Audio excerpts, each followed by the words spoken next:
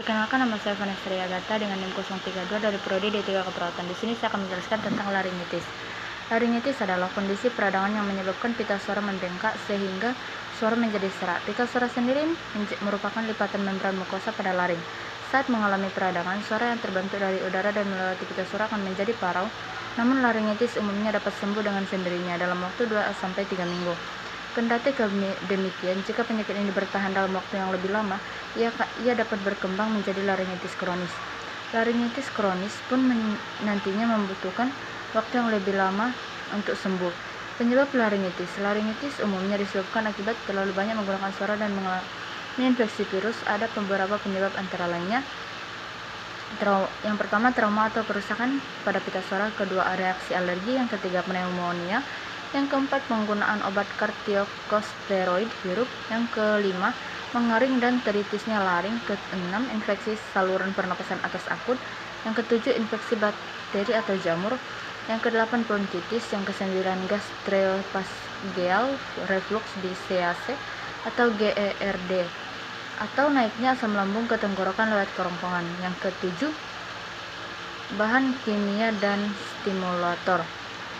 Faktor risiko laringitis. Beberapa faktor yang dapat meningkatkan risiko terjadinya laringitis antara lain: infeksi saluran napas seperti flu, bronkitis, sinusitis; menggunakan suara secara berlebihan seperti bicara terlalu banyak, terlalu keras, berteriak atau menyanyi; paparan terhadap bahan iritan seperti asap rokok, meminum asam yang terlalu banyak, atau bahan kimia saat bekerja. Gejala laringitis. Beberapa gejala yang ditimbulkan oleh laringitis antara lain: yang pertama, suara lebih berat, serak atau hilang; yang kedua, batuk kering; ketiga, demam; keempat, nyeri tenggorokan; kelima, pembesaran kelenjar getah bening di leher; yang keenam, suara parau; ketujuh, tenggorokan kering atau gatal; kedelapan, kesulitan bernapas akibat penyumbatan saluran napas yang umumnya dialami anak-anak. Diagnosis laringitis. Laringitis bisa didiagnosis dengan melakukan wawancara medis lengkap mengenai perjalanan penyakit yang dirasakan pengidap serta kemungkinan faktor risiko yang dimiliki pengidap.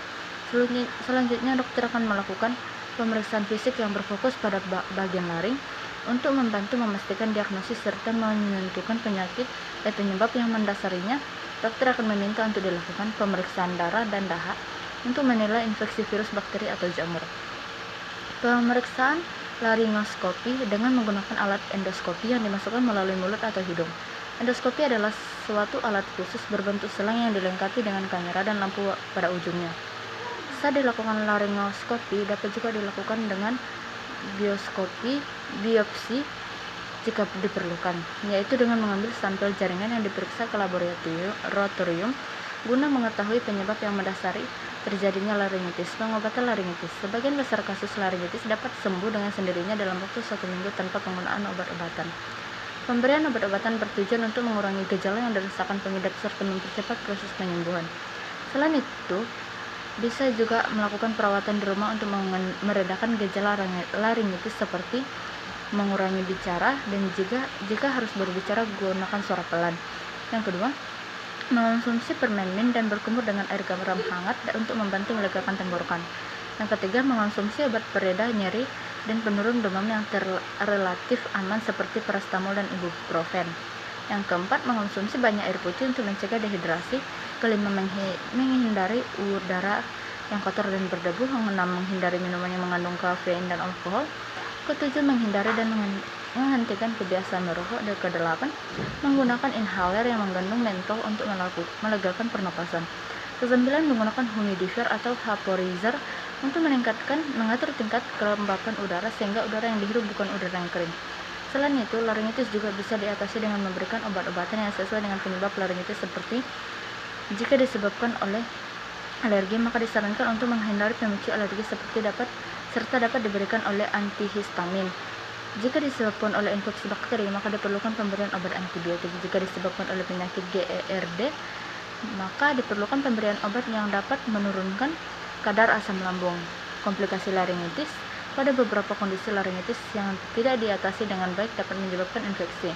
Kondisi infeksi ini bisa menyebar ke bagian lain saluran pernapasan. Pencegahan laringitis. Yang pertama, beberapa upaya yang dapat dilakukan untuk mencegah laringitis antara lain membatasi konsumsi minuman beralkohol dan menghindari merokok, mencuci tangan sebelum dan sesudah makan dan setelah menggunakan toilet, mendapatkan vaksin influenza sesuai dengan yang dijadwalkan dokter tiap tahun, menggunakan masker untuk melindungi hidung dan mulut dari paparan debu, menghindari mengeluarkan volume suara yang melewati batas ketahanan pita suara, menghindari orang lain yang sedang mengidap laringitis atau flu.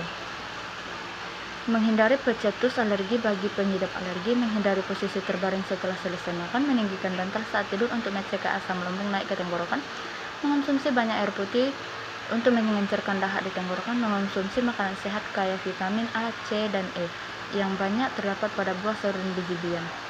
Sekian penjelasan saya, terima kasih.